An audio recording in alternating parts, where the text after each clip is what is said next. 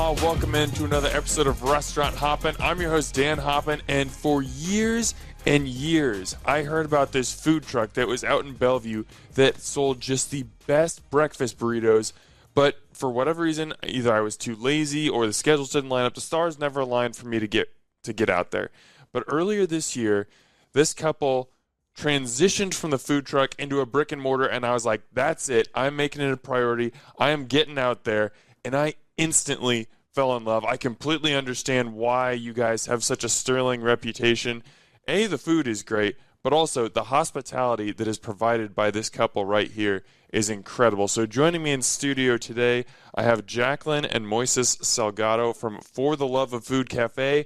Guys, welcome to the show. Welcome. Thank you for having us. Thank you for having us. Yeah, it took some convincing. I'm not a big fan of interviews, I have to say that. But after I've met you a couple times and you were just so positive, and I watched a few of these and I was like, okay, fine. I'll give in. I'll give in. I'll try to make it as pain-free as possible, I promise. So we're going to start from a high level. If somebody is hearing about, they're listening to this or watching this, and they're hearing about For the Love of Food Cafe for the first time, how do you guys describe the restaurant to newcomers? I think it's comfortable. Yeah. It's homey. And we make food that we make at home or things that we like to eat ourselves. And, yeah, it's a little bit of everything. People always ask me, you know, you've been voted the best burrito in the state before or best food truck. And why isn't it called something with it? Like, all you sell is burritos, it seems like. Why doesn't the name have burrito in it? And I guess it's because it didn't start out that way originally. It just was more about the food that we wanted to sell.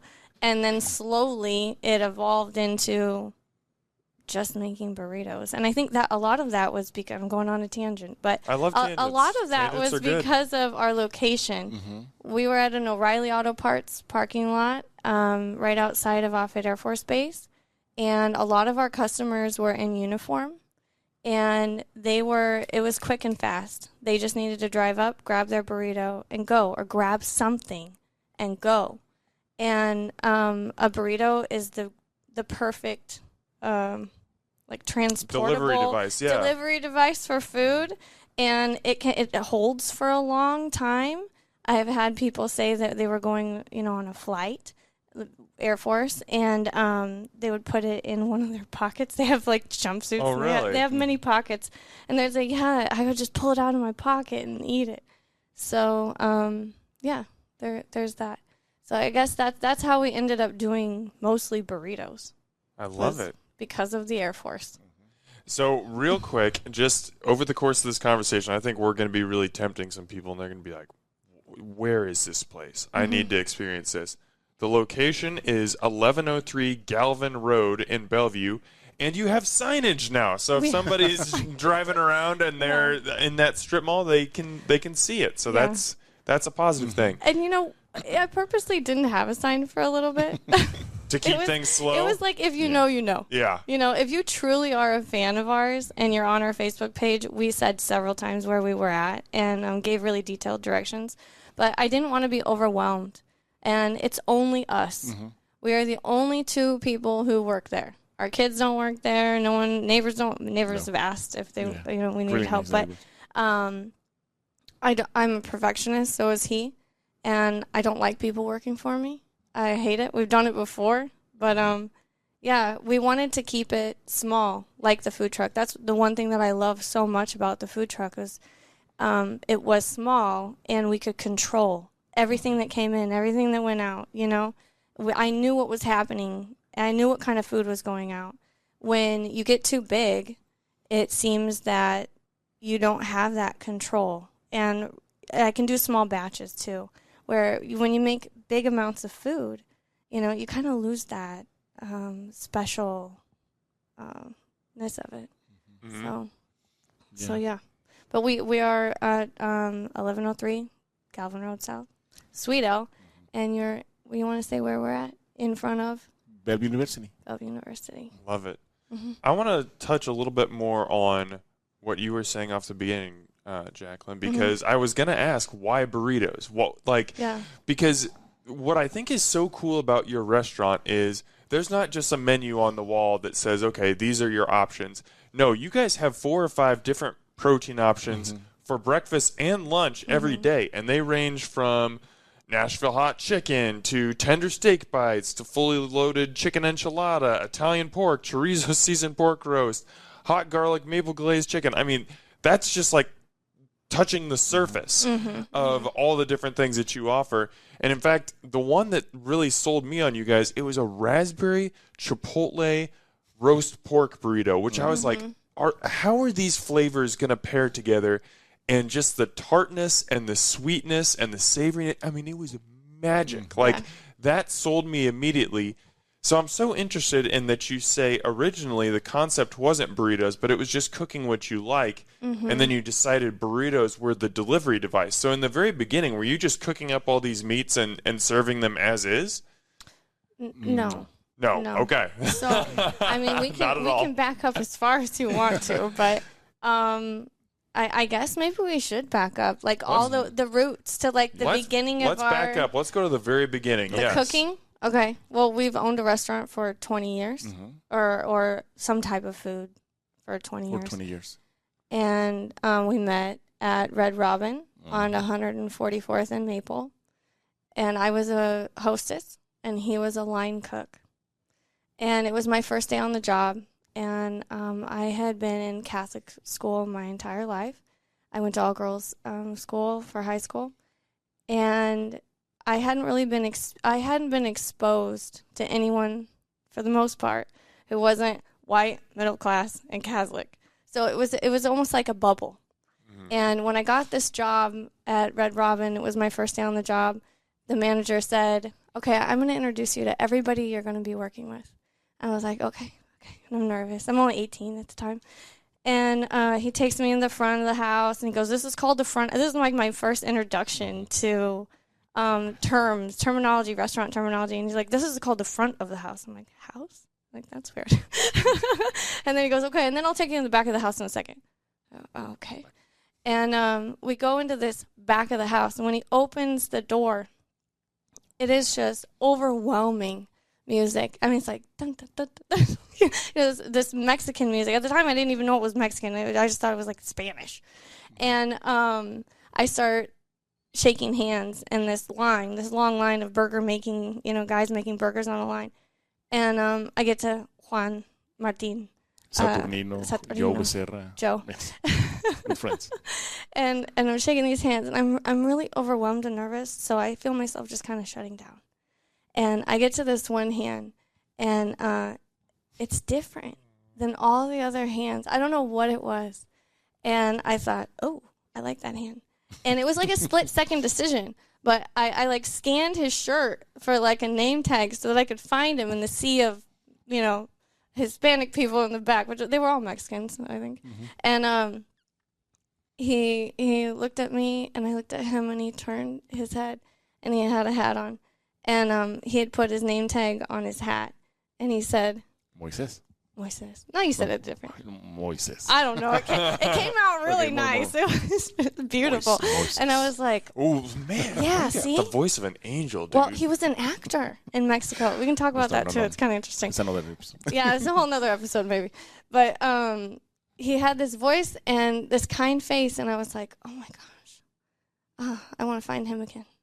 So then I left that room, went on with the day, and I kept looking back in the kitchen, trying to find him and watch him. And the more and more I watched him work with other people, and he was so kind and generous. And even though he didn't speak very much English, he was like the number one. He became the kitchen manager. Assistant kitchen manager. He became the number one cook. And so anyway, that was how we met. We got married 6 months later. Okay. Yeah. Wait. There's a little story there to go from shaking hands to getting married 6 months later. Yeah. Yeah. That was it. How did that, what I don't happened, know, and Moises? I did not speak Spanish, and he did not really speak English. But now I speak Spanish, and we went to the this place, Barnes and Nobles. Yeah. And well, I kind of looked at the schedule. He wasn't paying attention to me. He thought I was young. Focusing. He thought I was too young. And he had just, the reason why you came to the U.S., can we say? Yeah. Okay, he'd had a breakup. He had a breakup. He had been dating someone for like 9.5 years. And when she wanted to get married, you were not ready. And when you wanted to, she didn't want to. And his parents had enough of it. He was still living at home at the time, and it was your birthday the next day. Yeah. And your dad gave you an envelope, and you just kind of put it on a dresser. The desk. Because you thought it My was dad money. says, happy birthday. And I just looked at the envelope. Thank you. I was really depressed. So that was June 13th. Because his girlfriend had broke up with him, and it was kind of a very final breakup. So my dad told me, enjoy your day. It's your birthday. I said, thank you. I don't even look the envelope. So the next day, June 14th, I opened the envelope, and I thought it's going to be like just money or happy birthday. And no, that was a ticket. Delta Airlines, June 15, Omaha, Nebraska. Wow. No. Happy birthday, kid. Happy birthday. See you later. No, my dad told me, I'm tired. Your mom and I will work for you. Just go to see your brother. Stay with your brother for a couple months. Okay. And because his brother was here in Omaha. So, and you had never been to Omaha. No, right? I came 2 years before I came. Oh, okay. In 2000. Okay. But no, that was like, okay. So I just came to the United States and I saw my brother. And they locked him in a basement. They wouldn't let him call his ex-girlfriend. Wouldn't teach him how. It used to be back in the day, people who aren't from here will understand phone cards. You had to go to like a gas station, buy a $5 phone card. It would give you like 20 minutes of calls. So they wouldn't take him to the store. But then he got really depressed, and your brother said, you need to come to work with me. So he worked at a bar. Yeah, Lonkers, 156 and Maple. Okay. My brother told me, do you want to come to work with me today? I said, okay. That was 3 months later. And I said, okay, I go. So. And you were hesitant because you were like, I don't know how to cook. And your brother was like, well, I'll show you. No stress. No. It's not And that hard. My brother talked to the owner and says, you know what? My brother, he's a professional chef. He worked in Corpus Christi in Texas. And when he was talked to the owner, for me was like, wow, I don't understand what he says. And I say, what do you tell him? I say, that you need a job. And I say, I don't know how to cook. And he says, but you're an actor, right?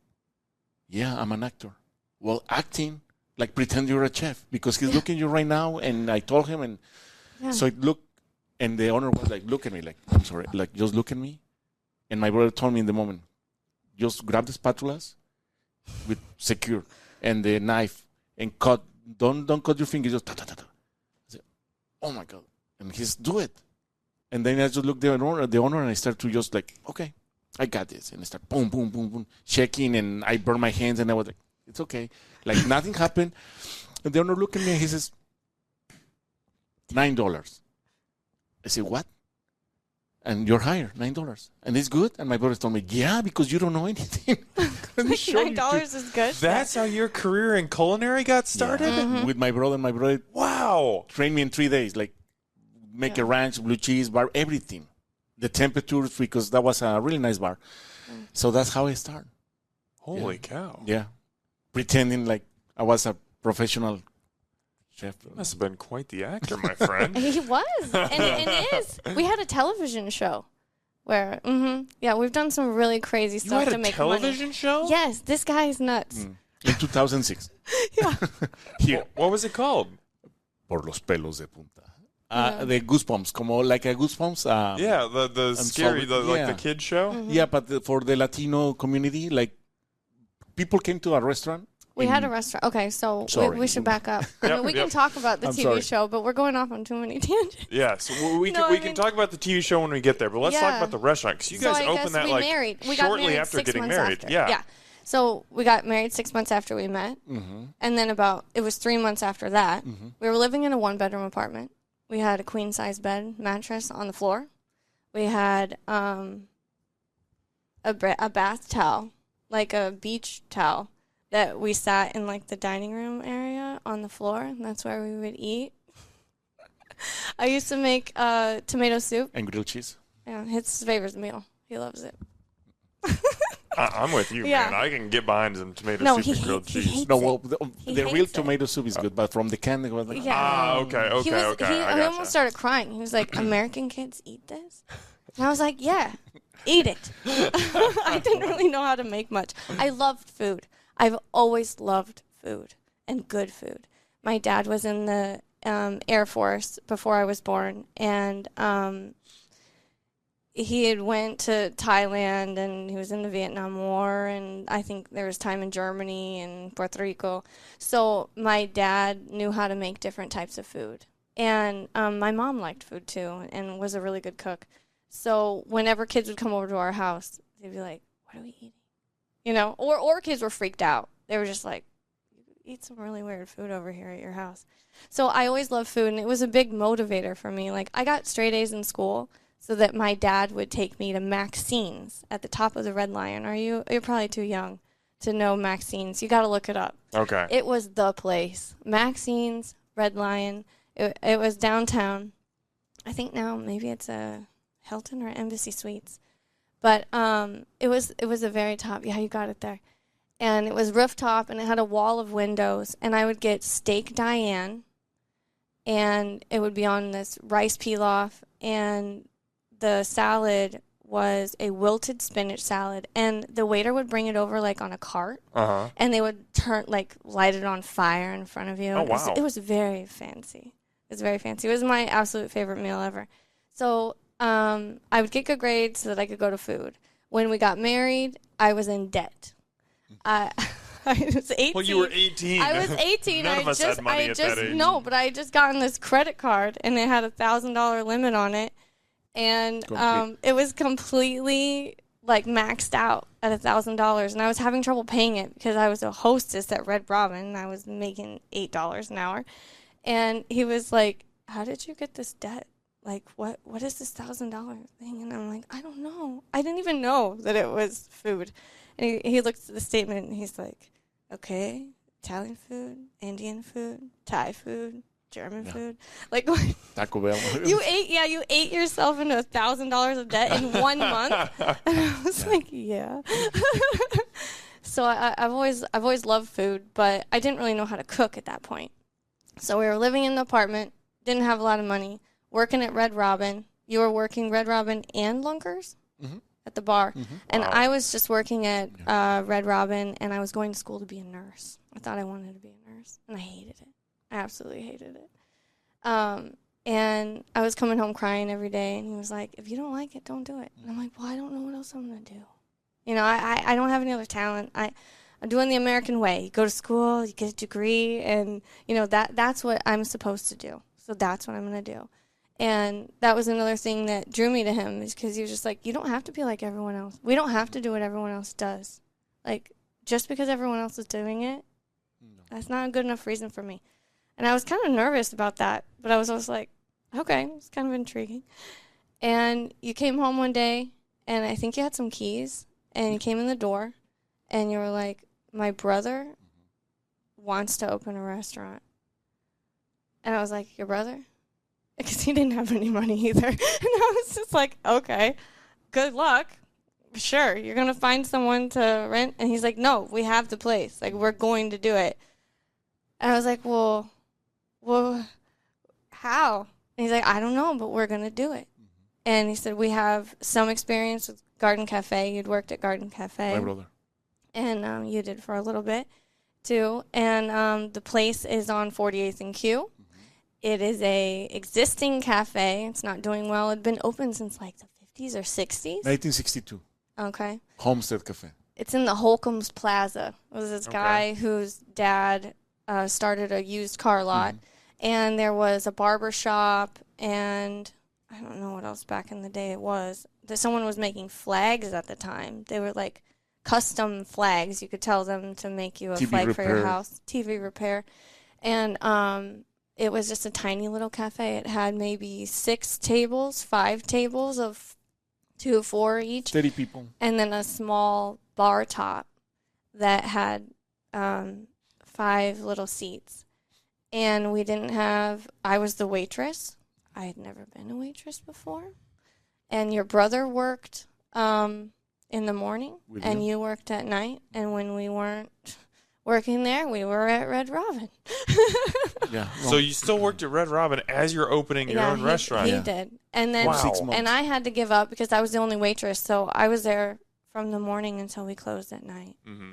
And then I was pregnant too.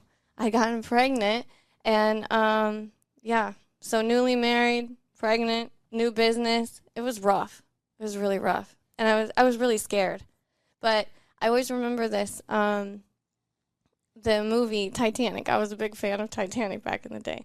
And when Jack I think it's when they're playing cards or something, and he has the tickets to go on the Titanic, or he gives him all his money or something, and he says to the little guy next to him, he's like, when you got nothing to lose.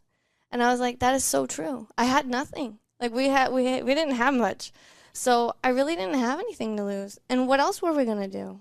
So we did it. So what was that like? I mean, was the restaurant successful immediately, or how did you turn it around? The point is, my brother, he worked in the morning, and I work in the afternoon.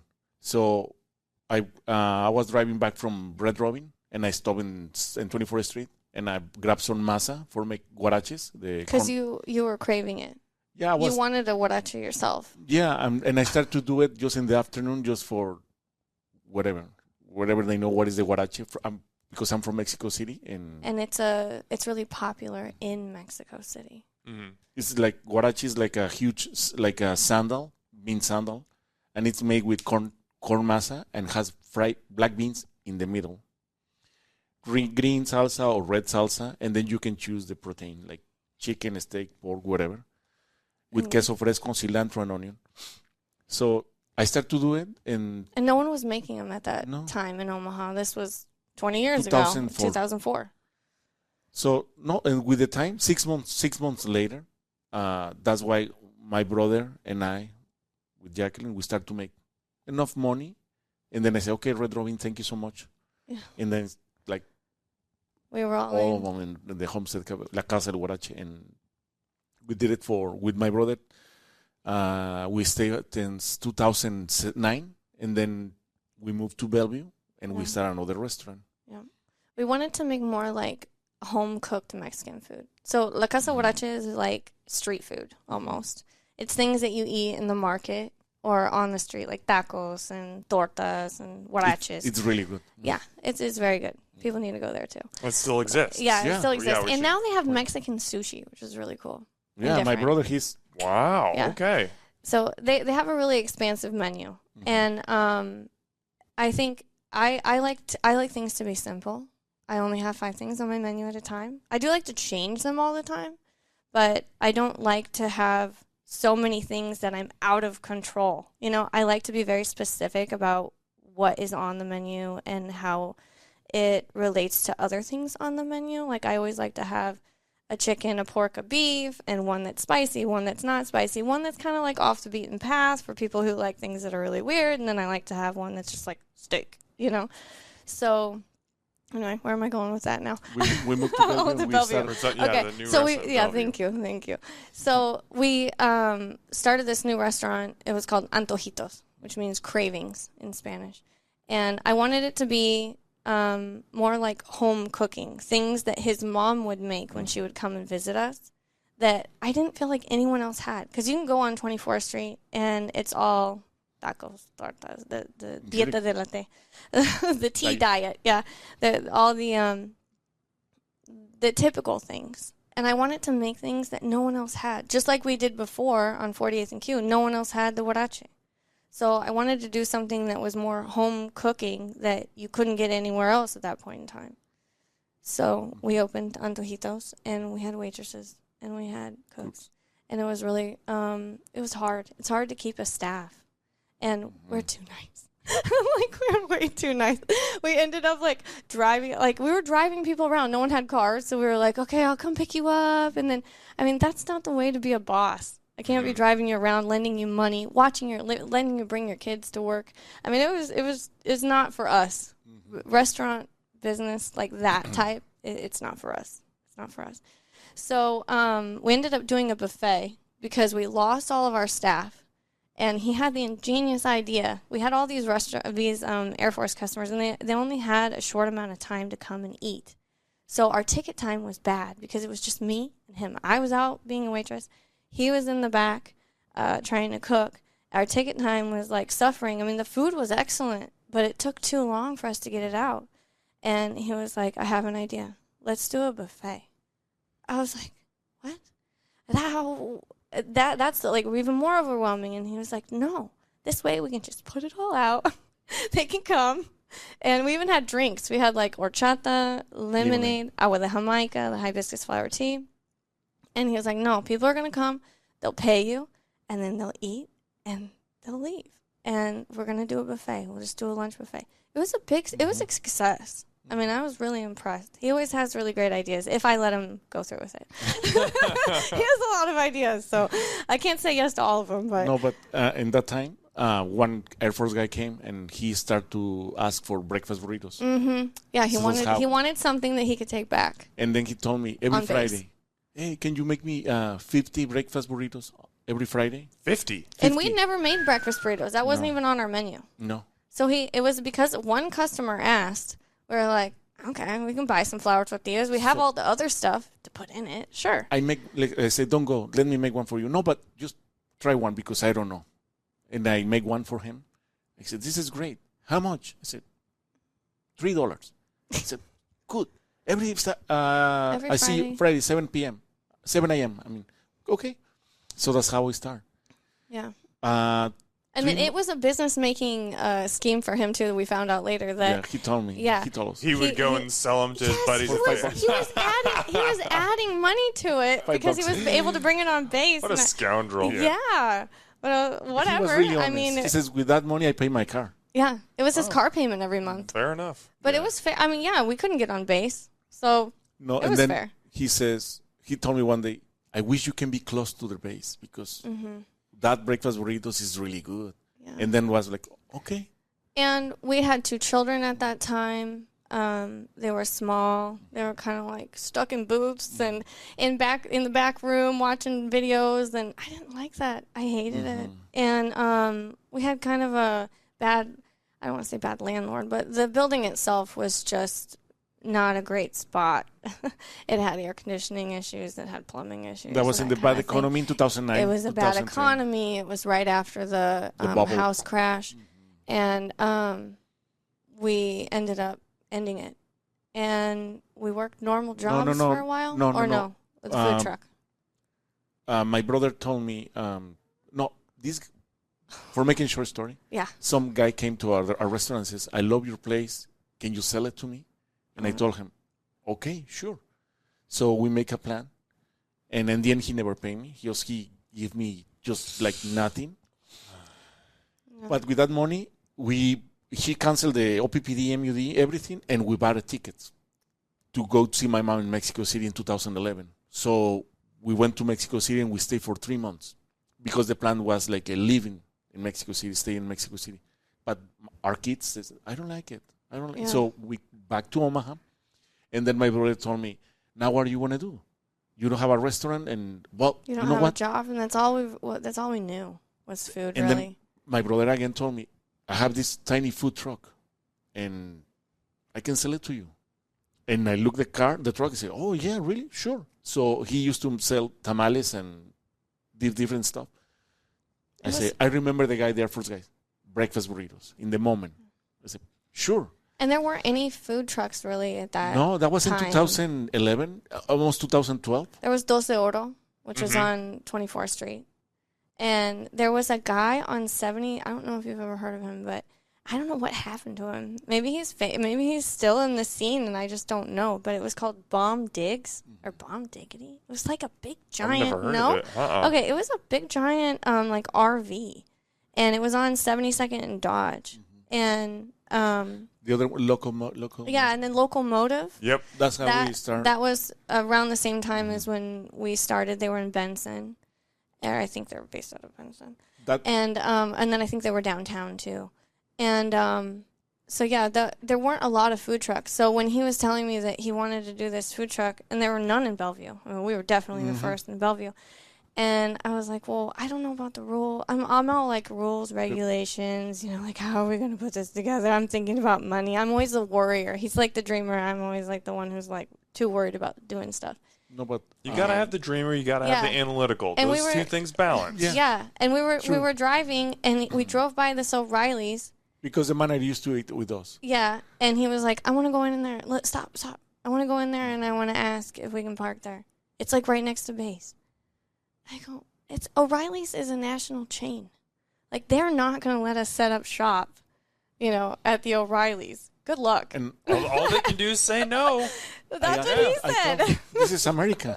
Yeah. When the dreams come true, why not? Yeah. So I talked to the manager, and the manager says, okay, but what do you need? I said, electricity. Somewhere to plug in. And he says, I can give you the electricity. But then we talked to the city, and they say, you guys can you guys can buy the own electric pole and has electricity. So we were one of the first to have a tent pole. Like it's called a temporary pole. Now when we drive by other food trucks, other people have them. But and we were, I think, pioneers that we didn't move. We were one of the few food trucks that never moved. I mean, we moved the food we did truck one every day, event. But one time when we first opened, we drove all the way to Plattsmouth to somebody's farm. That was a one and done. It was a one and done. Two. And then one time we went down to Old Town Bellevue at the park. That was a disaster. But it was a disaster in disguise. We went down there for the Arrows to Aerospace parade, and we were promised that there was going to be like 10,000 people, and we made all this food. We actually went to, I think, did we go to Menards or something? And we bought a trash can. We thought we were going to sell all these nachos. So we had bought a brand new trash can, lined it, and then we filled that thing with chips. Like, we spent hours forever making chips because we thought it was going to be all these people. And you had the idea to do like pork.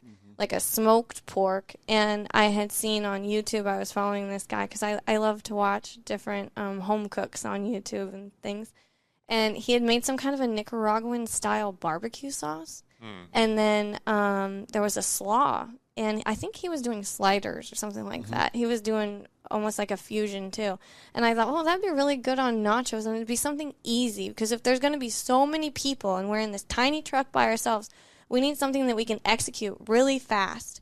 So we thought we were going to make nachos with it. Well, then, long story short, that ended up to be a disaster because no one knew us. We were a brand new food truck. People are, food truck, they're like, roach coach. Or at that point in time, it wasn't. People didn't know food trucks at that point. They were new. Yeah. Like the food and truck they're not craze excited. They think it's like carnival food, and they're kind of iffy about it. You know? So even though we had been in Bellevue, and people kind of knew us from that, people were really skeptical. So we didn't sell very much, and we had all of this pork and this slaw. And he was like, what are we going to do with this? And it ended up becoming our most famous burrito, which is called the Nicaraguan burrito. Yeah. And we ended up putting it inside of a burrito and selling it. And with rice and beans and French fries, and wow. Yeah. Boom. It became a hit. So, I mean, although at the time it was like, what are we going to do with all this food? We ended up creating something else from it. Yeah. Correct. Yeah. And it became one of our most famous. So that's how we ended up at the food truck at O'Reilly's. Yeah, but the tiny food truck, the name was for the $5 lunch truck. Oh, yeah. The $5 lunch truck. Everything was that. The $5 was the most expensive, and the $3 the breakfast burritos, $4 biscuits and gravy, and soup and corn, and I don't remember. But that was really small menu. But really cheap with soda, the Shasta. Oh, yeah. We used to go to 16th and, what is that street? Local? No. North Omaha. North Omaha. It's not a very good part of town. And we'd go to Chubb's. 16th and Locust, I think is what it is. And they had Shasta. And he wanted to have a different kind of pop. Because Coke and Pepsi and stuff at the time was like way too expensive. You could get Shasta for 10 cents. So we would risk our lives going down to this ghetto. It's not a very nice place. It's not a nice place. And we ended up getting Shasta down there, and we had all different kinds of pop. Like, oh, really cool! Like it was cool. They had like chocolate cherry. Oh, You ever wow. had it? No. Yeah, it That doesn't sounds exist wild. anymore. It's really good. Oh, okay. Yeah, but I haven't been able to find it. We went down there because we thought with the new place we might try it again and have some more Shasta, but it wasn't in the aisle anymore. So take me back when you guys opened the truck, because you obviously had a reputation with the guys on the Air Force Base because this guy's going and selling all your burritos there. So when you opened the truck, and was it just like the guys on the base recognized immediately, like, whoa, those burritos are back, we can go get these? Was there a big instant reception, or did you have to kind of build an audience? No, every time we've ever moved locations, from La Casa Huarache, we changed, our name and changed the menu. That took a while to build things up again. Then the $5 lunch truck, that was a completely different name. It's a different location, changed things.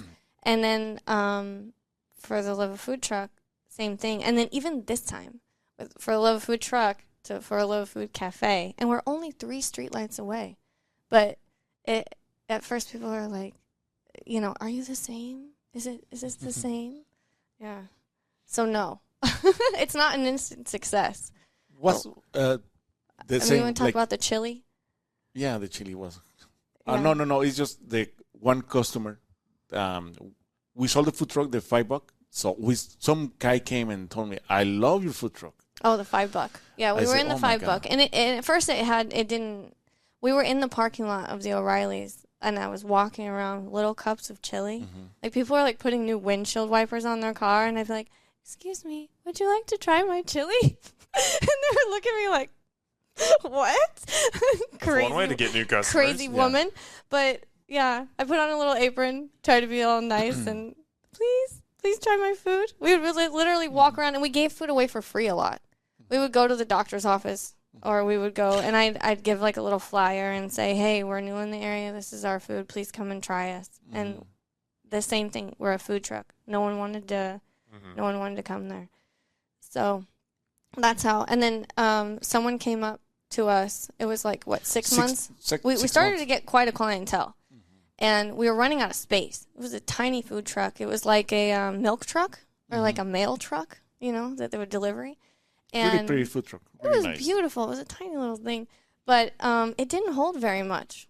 And I think, your grill was like... 1 foot. Yeah, 1 foot. It was Oh a my 12-inch. It was a 12-inch grill. I mean, it was a restaurant. That's tiny. Yeah, it was very small. And I don't know you could only literally fit like 2 burritos at a time to toast them, and just the tortilla barely even fit. No, but we start to make enough money for pay our bills, and then 6 months, a guy came and said, "I love your truck. I love your food. I've followed you on Facebook. I love the concept. I want to do this. This is my dream. I want to buy it." And we were like, yeah. And then I saw his face, and he was serious. And I'm like, "You're serious? You really want to buy this thing? This tiny little thing in the middle of nowhere? And in the middle of a parking lot, an auto parts parking lot in the middle of America?" It's just, you want to buy it? And he was like, "Yeah, name your price." So I gave him a high price. I didn't think he was serious. And 3 days later, he came back with a cashier's check. Yeah.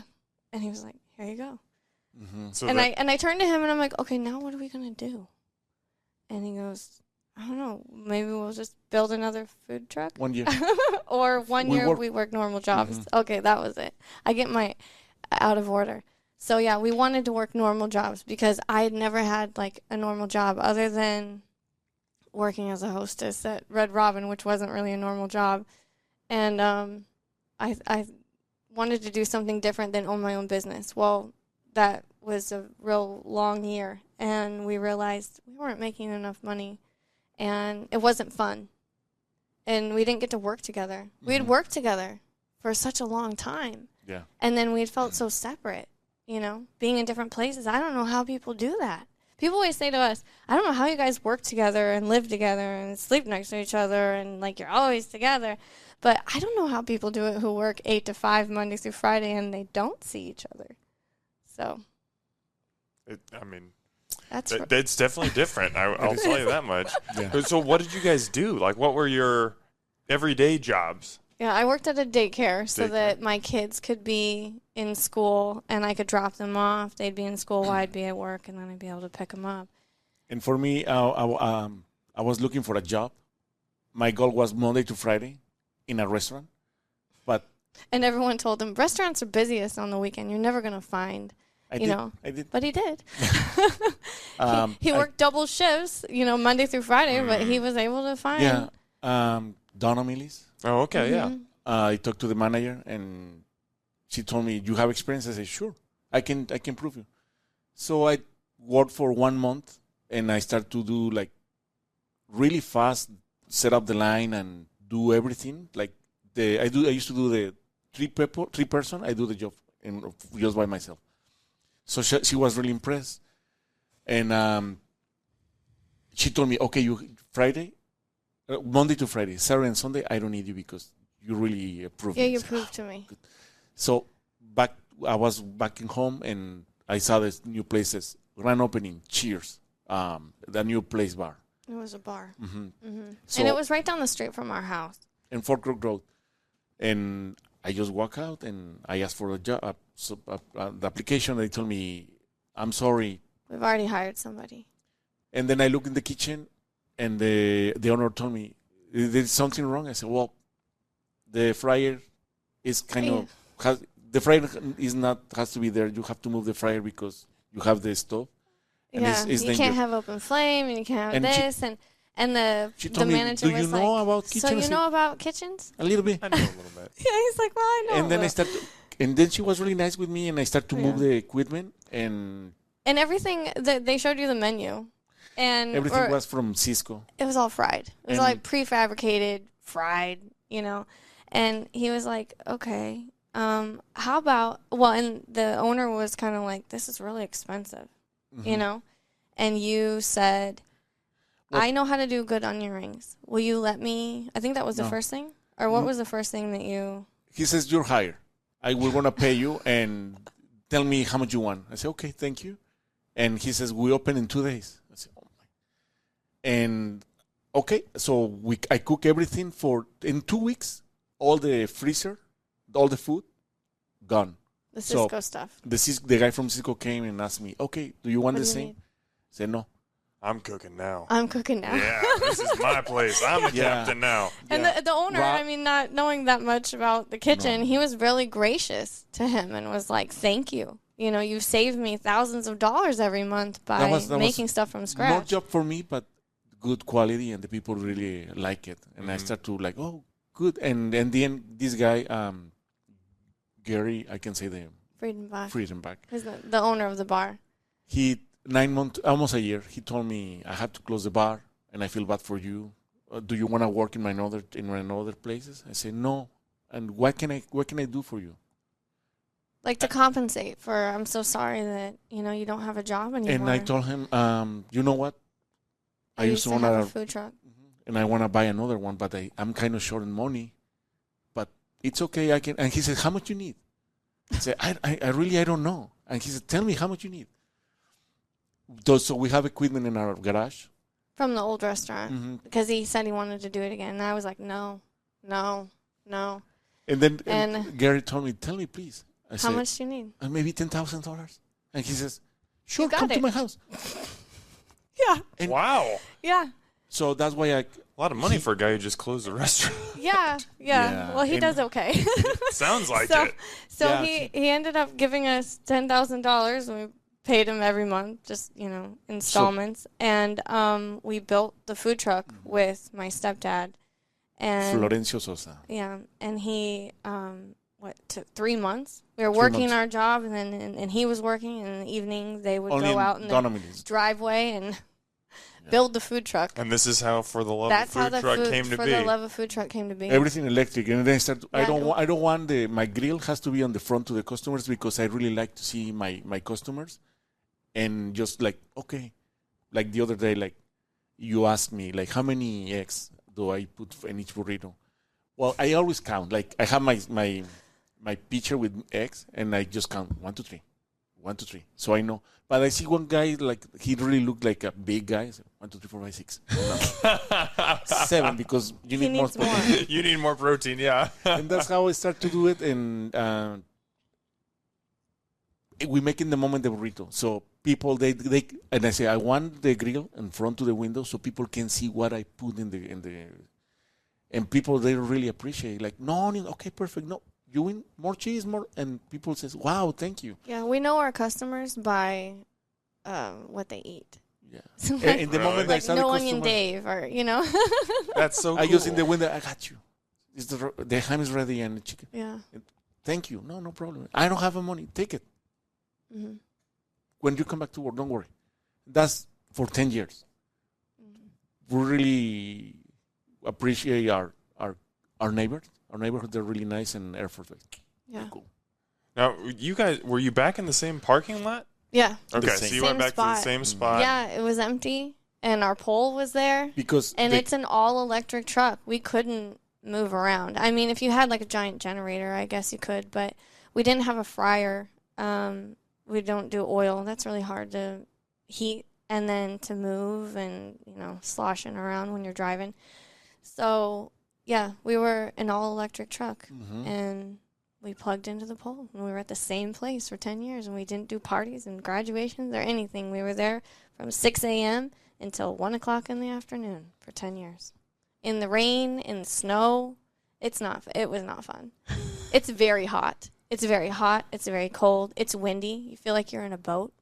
If he didn't park it just right on that one piece of, concrete, then we would be tilted. And if you'd put eggs on a grill, and they would. Don't go. Yeah. Don't go. Anything that's liquid is like tilted. I mean, food truck people can tell you it's not glamorous. It's not fun. Being on a unbalanced or like something that kind of shifts and moves all day long, it hurts your back. It's bad on your feet. It wasn't fun. I mean, we liked it. We obviously did it for 10 years and we survived, but yeah, I don't miss it. People always ask me. That's like the number one question I've been getting lately. They're always like, "Do you miss it?" Like, I miss the simplicity of it. I miss that if we didn't want to go to work, it was less looked down upon because it was a food truck. You could just not show up. Like, so we'd be like, "No, I'm not going today. I don't want to go." 3:10. We always wake up at 3:10. So I would hit him or he would hit me. I'd be like, "Hey, today no. Turn it off." And so we could just not show up, if you just didn't show up. But when you have a brick and mortar, you have to be more. You kind of look more responsible. Yeah, so you can't do that as much. So between you guys establishing a following and a customer base that grew to love you because people loved you. I mean, I'm some dude out in Omaha and I'm hearing about this place all the time, and West Omaha even, like a long ways away, and I'm hearing about for the love food truck. So you've gained a following, and you're kind of tired of the truck shifting and Nebraska winners and all this stuff. At what point does opening a restaurant and having the cafe kind of come on your radar again? Well, I kept saying no. I didn't want to be a slave again. But again, he was like, I'm getting older. That was his excuse. I'm getting older. And I can't do this anymore. Yeah. The food truck, it is kind of, what's the word? Claustrophobic. Oh, yeah. So he was like, I'm dying in here. And I just feel so in a fishbowl. We used to call it the fishbowl. Because we could see out, but we couldn't go. And there was a wall of little windows right there. And you did feel kind of trapped. And there's limited water in a food truck. You have to be careful with how much water you're using because you only have so much in the tank. And electricity-wise, even though you're connected to a pole, you can only plug in so much before you start, having issues and throwing the water away. Like you have dirty water, you got to properly dispose of it. You got to connect water to it again and refill it. I mean, there's a lot of moving parts to the food truck. And he started to say, I'm just kind of done. And I'm like, no, we have this huge following. We know what we're doing. It's like rhythmic, like we have, I know who's going to come before they come. A customer wouldn't come and he'd be like, it's 6:45. Dave hasn't shown up yet. Like we had regulars. Let me call her. Are you okay? Yeah. We would worry about our customers. Like, so-and-so hasn't came for a while. I hope they're all right. Yeah.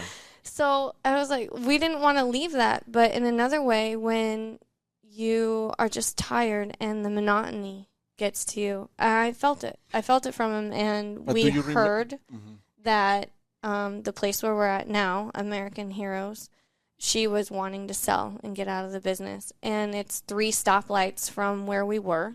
It's in a plaza that we've always been, our eyes have always been on. I really love that plaza. It's beautiful. It's like kind of has a 70s vibe to it. And the owner of the plaza is very kind and a good person. So they rented to us, and that's how we ended up where we're at. Because of location and a good opportunity. The opportunity arose. And we always talk about, like, I always ask her, like, let's go open another business. And she told me, just wait. Yeah. Just wait for Aura, our son and our daughter. Like, when they're in college and both driving, they cannot drive. Yeah. We can do Just it. to make him shut up, I'll be like, okay. And I Taking told people him, up from school and all both that. of them are driving now, Yeah, when both the kids can drive, I used to say, when both the kids can drive, when they're both in college, all right, then I'll do it. And then the day came. The time actually came. They both went to college and they can both drive, and I didn't have any more excuse. So I was like, okay, fine. You win again. Okay, now we got to talk about the menu. I'm going to take you guys back to the question I asked you about 55 minutes ago. The menu, it changes every day. 55 minutes ago. Yeah. Really? Yeah, we're at almost 12:30 now. Okay. This has been awesome. The menu changes every day. Good. The menu changes every day, but it's not just like, 5 or 6 different items rotating in and out. You guys have all kinds of different food, and I think Korean gochujang. I think I can see it from Argentinian. You talked about growing up, all the different foods that your dad would cook. So I'm assuming there's some influence there. But like, there are so many different flavor profiles that you guys draw from. How does the menu come together every day? Yeah. Well, I mean, you can put a lot of different things in a burrito. I mean, And it's that's a the great beauty base. of it, yeah. I love that. And I'm a rice snob, so I only use like high quality basmati rice because I feel I use basmati or I use jasmine. It just kind of depends which one's on sale or which one complements what I'm making, in that week, that flavor profile, like the nuttiness or the floral aspect of it. So I think a good base, and then how do we decide? Well, sometimes people will come and say, hey, you haven't had X in a while. I want the cheesy corn chipotle. Or sometimes I'll see something on TV, or we'll go somewhere, we'll eat something. That's kind of how... what's on, like, I mean, this sounds bad, what's on sale, but it is a business. You have to make money. So I'll be at Restaurant Depot and I'll be like, wow, there's a lot of cucumbers there. Let's put cucumber salad and do something with Greek and put it inside of a burrito. So, or it's in season. We did St. Patrick's Day like years ago, 7 years ago or something. We did corned beef and cabbage, but it was inside of a burrito. So yeah, that's how. The pozole. Oh, the pozole. Yeah. I like, he loves the pozole burrito because pozole is a Mexican stew. Do you want to talk about what pozole is? She make the pozole. She told me, I'm going to make pozole burrito. And I said, what? A soup burrito? Yeah, said, no, it's like saying chicken noodle soup burrito. Yeah, don't do that. I said, don't, please don't. Yeah, like, don't mess with like, my country's national soup. I talked to my mom and I'm like, what? How is she going to do that? No, like, well, she did. And then I just made the broth really concentrated and added a little cornstarch to it. And it kind of made almost like a chicken gravy, per se. And then the toppings. Chicharron, which is pork rinds.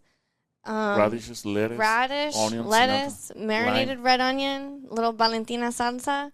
And, yeah, squeeze a lime, and there you go. For me, it was like, okay, how am I going to make this beautiful burrito? Because how are you going to wrap soup up in a burrito? But don't make a mess. It worked. So I did, and I cut it, and I tried.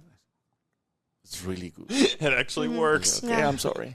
Yeah, It's really it good, works. really good. And people like, really? Burritos, like pozole burrito? They try and say, wow, yeah. So, no. In the beginning, we used to sell pasta, like Italian pasta, nachos, tortas, tacos, hamburgers, everything. We did burgers. And was really busy, but people they want the breakfast burrito. They always want our burrito. Burritos. So why are we fight? Why fight it? Yeah. You know, Easy to carry, and for me was like I grabbed the burrito. My brother helped me in the beginning one day, and he told me, just sell it. I said, no, let me put it back in the grill for toasted, because I go Worst. I don't like it when I go when to it falls apart. Yeah, I get so mad, especially there's a big chain, you know. I know exactly which one you're talking about. Yeah, and rhymes they, with Chipotle. Yeah, they just, I mean, and you're driving it. Oh no. Yeah, you can't. It's supposed to be a portable. The whole point of it being in a burrito is you're supposed to be portable and able to eat. If you're having to use a knife and a fork, then someone did something wrong. So you put cheese on there and then you seal it on the grill and just get it all. Oh gosh, I mean, it makes it crispy. It gives it a little bit of extra grilled flavor. It's just brilliant. Thank you, then. Okay, so real quick, because we're running up against the clock, but there are two other things that I want to highlight real quick about For the Love of Food Cafe. A, the food tastes incredible. B, the portion sizes are ridiculous. And I know, Moises, you said, especially with the breakfast burritos, the size can vary depending on who's ordering. Sorry. But on average, I mean, are we talking a pound and a half, 2 pound burritos? They are massive. Yeah. They are massive. I remember the first time I came in, Jacklyn, I came up to the counter and I ordered a burrito and I was like, is there a side dish or something that I can get with this? And you were like, no, I don't think you'll need one. And then you handed me the burrito a couple minutes later and I was like, this is a child. It's all encompassing. Right, you know, yes. You really don't need. There's salad on the inside, or there's rice, there's beans on the inside, Yeah, so I don't do a lot of sides. And that makes total sense. I do want to point out that you do desserts. So people, if they want to come in and you're always changing out your cakes and your different desserts, so that's really cool. You guys also do breakfast sandwiches now, which is something that I want to point out. But the last thing that I want to end on here is you guys. And I think as great as the food is, as fun as the giant portions are, what I have come to love about this place is when I come in, I know at the counter, you're going to be there, Jacklyn. Aww. At the grill, Moises is going to be there. And you guys remembered me the first time, or I guess the second time I came in, but you remembered me. You remembered my name. Well, you remembered what I ordered. Remember. You're pretty tall. But you do that. But you do that with a lot of people. Everyone who walks in feels like a regular because you guys are there and you're interacting with customers and you're paying attention to what they order and the conversations that you have. It's the best part of our job. Well, is the people. Yeah, tell me about that. What makes you love the people so much? Oh, I don't know. For me, the face, the happiness, it's really good. Oh, thank you. For me, it's more than the money. I mean, the money is important, but. So if I come in and just smile and say it was really good, I don't have to pay you? Sometimes. Yes. No, I'm really. I'm just kidding. I'm just kidding. I really like that. Oh, wow. Somebody. Because sometimes you ate your food, okay, it's good, but you don't know after somebody ate it. Wow, this is really good. Really? Wow, thank you. I think life is short. You have to enjoy what you do. You have to love what you do. Because you work more than you do anything else. So if you don't love what you do, you need to find something else. True. Yeah. And it's very clear that you guys love what you do. And I love that love is in the name of the restaurant because you clearly love each other. You spend all this time together and you can't imagine being apart. You love your customers and you love food. And that's why you kept coming back to this even as you moved restaurants, as you changed concepts, as you sold the tiny truck and moved into a bigger truck. Tried you to just do can't a TV get away. Show. We didn't even get it. We didn't even get into the TV show. Real estate, cars. He would buy $500 pieces of junk and clean them up, fix them, and resell them. We resold cars. I mean, we've done all kinds of crazy things to make money over the years, but we always keep coming back to food. Yeah, but it's what we know, and it's what we're good at. And that is why you, dear listener or watcher, however you're consuming this, you need to get out to Bellevue and see these guys. It's a 25-minute drive for me. I don't care. I've made specific trips like I have no other plans in Bellevue, and it is worth every second to make the drive out to see these guys. Their food is so good. They are so friendly. Trust me, you want to meet these guys.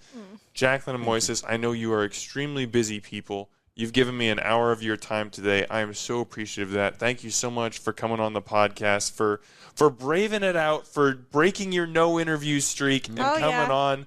Thank you so much. This was an absolute joy. Thank you. It's been fun. When you said 55 minutes, I said, no way. Yeah, I'm telling you, it goes fast. It's a lot of fun. It went really fast. It's a lot of fun. And we could go for an hour more, easy. We might have to do a repeat episode at some point. Oh, I don't know. You're going to have to ask me like 4 more times. It would be worth it. Okay. Guys, thank you so much for your time today. Thank you so much. Omaha, as always, thanks for eating with us.